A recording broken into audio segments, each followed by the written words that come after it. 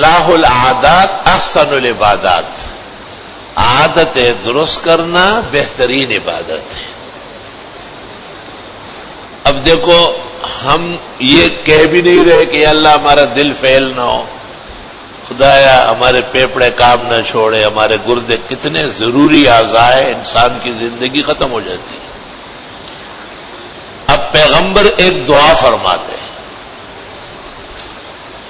اور وہ یہ ہے کہ اللہم اجعل فی قلبی نورا، خدایا میرے دل روشن فرمائے، وفی سمعی نورا، میرے سننے میں، وفی بصری نورا، اور میری آنکھوں میں بھی نور پیدا فرما، وعن یمینی نورا، اور میں بائیں طرف نور، وعن شمالی نورا، اور دائیں طرف بائیں طرف، وعن امامی نورا، اور آگے کی طرف نور، وعن خلفی نورا، پیچھے نور، وعن امامی نورا، اوپر سے بھی نور عطا فرما، وعن تحتی نورا، نیچے سے بھی نور عطا فرما۔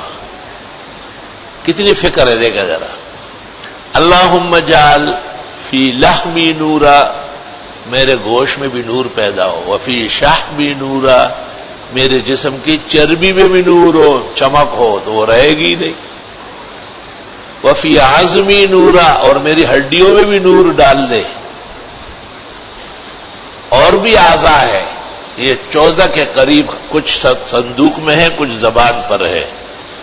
تو اب دیکھو پارٹس آف دی باڈی، یہ جسم کے پرزوں کا نام لینا یہ تو بہت مشکل کام ہے اور آدمی برا بھی لگتا ہے۔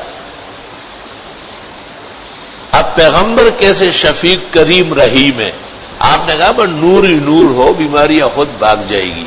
بیماری تو ظلمت سے پیدا ہے، اندھیرے سے پیدا ہے، اژدہا سے پیدا ہے، وہ تو انسانی زندگی کو اجیرن کرتی ہے اور نور اس کو ابھارتا ہے، اٹھاتا ہے۔ اور یہ دعا طبرانی میں ہے کہ آپ فجر کی سنت گھر پڑھ کر مسجد نبوی نماز کے لیے جب آتے تو راستے میں پڑھتے، زبردست کام ہو گیا۔ چند قدم جو وہاں سے لے کے یہاں تک آتے زبردست نور ہی نور ہے۔ اللہم اجعل فی قلبی نورا، وفی سمعی نورا، وفی بصری نورا، وعن یمینی نورا، وعن شمالی نورا، وعن امامی نورا، وعن خلفی نورا، وعن فوقی نورا، وعن تحتی نورا۔ اللہم اجعل فی لحمی نورا، وفی شحمی نورا، وفی عظمی نورا۔ اللہم ارزقنی نورا، اللہ اور نور بھی دے۔ اللہم اعطنی نورا، کہ اللہ مجھے نور چاہیے۔ اللہم اعظم لی نورا، اللہ یہ نور بڑھا بھی دے۔ وجعلنی نورا نورا یا نورا نور، وذکرہ مسلم بأوء بکلمۃ التردید والتشکیک۔ تو یہ ضروری نہیں ہے کہ آدمی عربی الفاظ کہے۔ امام محمد ابن الحسن شیبانی نے کتاب الحج میں لکھا ہے کہ لوگ خواہ تکلیف کر کے عربی دعائیں وہ ان کو یاد ہوتی نہیں، اکثر غلط پڑھتے ہیں۔ فرمایا ہر زبان میں دعا مانگی جا سکتی ہے، ہر زبان میں۔